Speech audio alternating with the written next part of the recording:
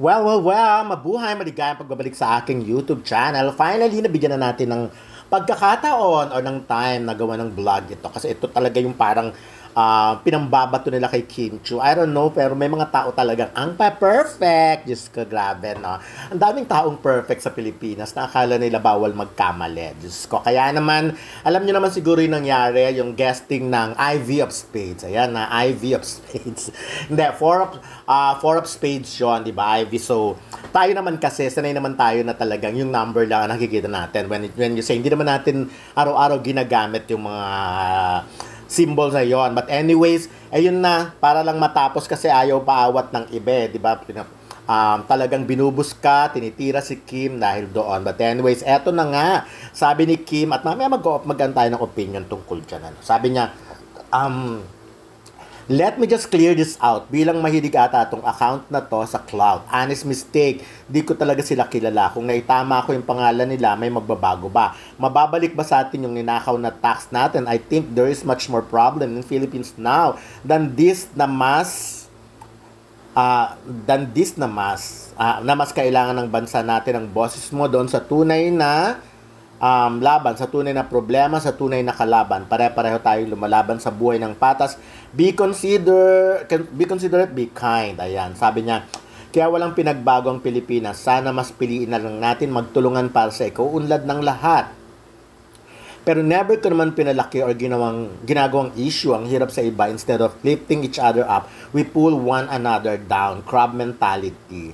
This will be the last time I answer this. Right now, there are far bigger problems in our country and even in our own lives than nitpicking on small things like this. Ako nga, my surname is often misspelled as Chui instead of Chu. Ayun. So, yun nga, ganun lang kasimple. Siyempre, well, totoo naman yon.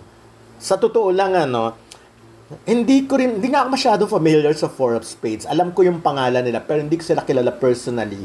Hindi ko alam ang mga itsura nila, hindi ko alam ang mukha nila, diba? Siguro, maybe because of yung mga bagong singers yan, sila Maki.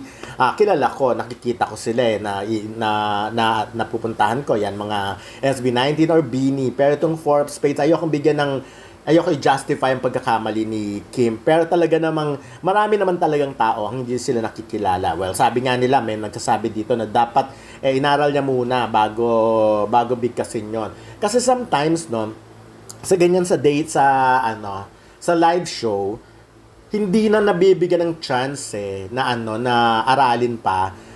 Mas naka-focus ka na lang dun sa teleprompter. Mas doon na pupunta yung yung attention mo. So, anyways, ayun naman, tama naman sinabi ni Kim, napakaliit na bagay para palakihin ng ibang tao. Para akala nyo talaga gumawa ng krimen si Kim because of that.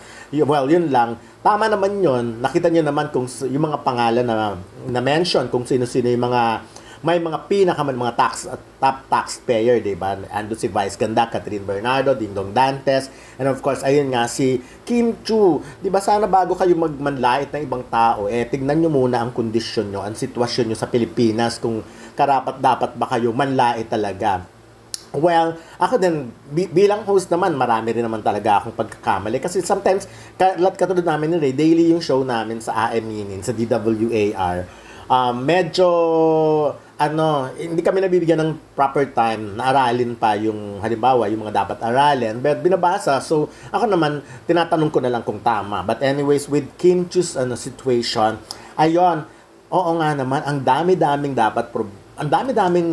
problema ng Pilipinas ngayon na dapat pagtuunan ng pansin. Bakit may mga tao na mas pinipili talagang laitin siya sa kanyang honest mistake. So talaga naman, diba, kung unang tingin mo at hindi mo kilala, ganun talaga ang basa mo doon, IV of Spades. So, kahit naman ako, ganun din ang una. Kahit man siguro nung una, baka ganun din ang basa ko. But unfortunately, hindi ko nga sila masyadong kilala. Sa totoo lang, sabi nga, malaki pang naitulong ni Kim Chiu sa Four of Spades. But because of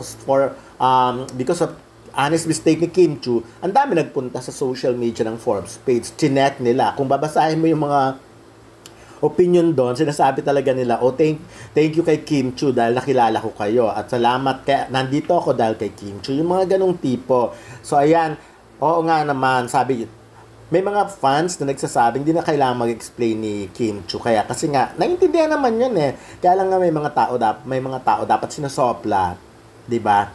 Kumbaga, inaawat na agad sa kamalditahan nila na wala naman silang katwiran. So, ayun nga.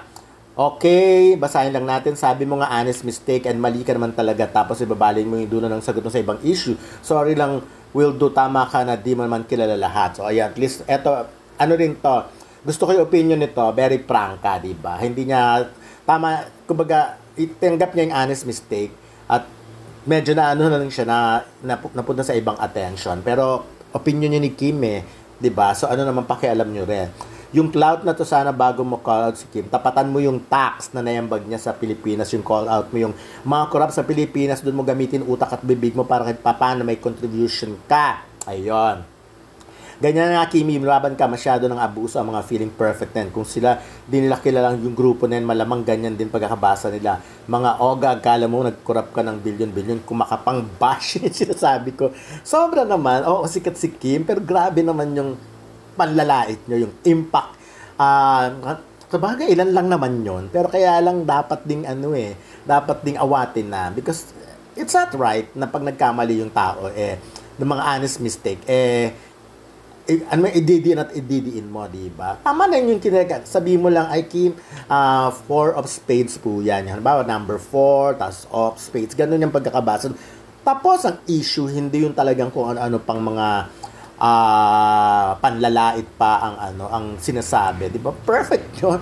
But anyways, ang layo naman talaga ni Kim kung ikukumpara sa mga bashers niya. So, well, ganun talaga sometimes yung mga naiinggit, mga walang magawa sa buhay, yun talaga yung parang mas tinitignan ang pagkakamali ng mas maraming tao ng ibang tao. Well, at least ngayon meron ko pa rin pinalo ang 4 spades kasi hindi ko nga alam ang music nila. But of course, marami silang fans na gustong-gusto ang music nila. Pero siguro sa era ko hindi. But anyways, ayun na lang muna, no? Sabi nga ni Kim, mas maraming malalaking issue na dapat pagtuunan. So, wag nang idiin pa yung mga ganyang drama sa buhay ng mga ibang tao na hindi maka-move on. Move on na, okay lang yan, mga babush kayo, no? Nakakaloka kayo. Wala kayo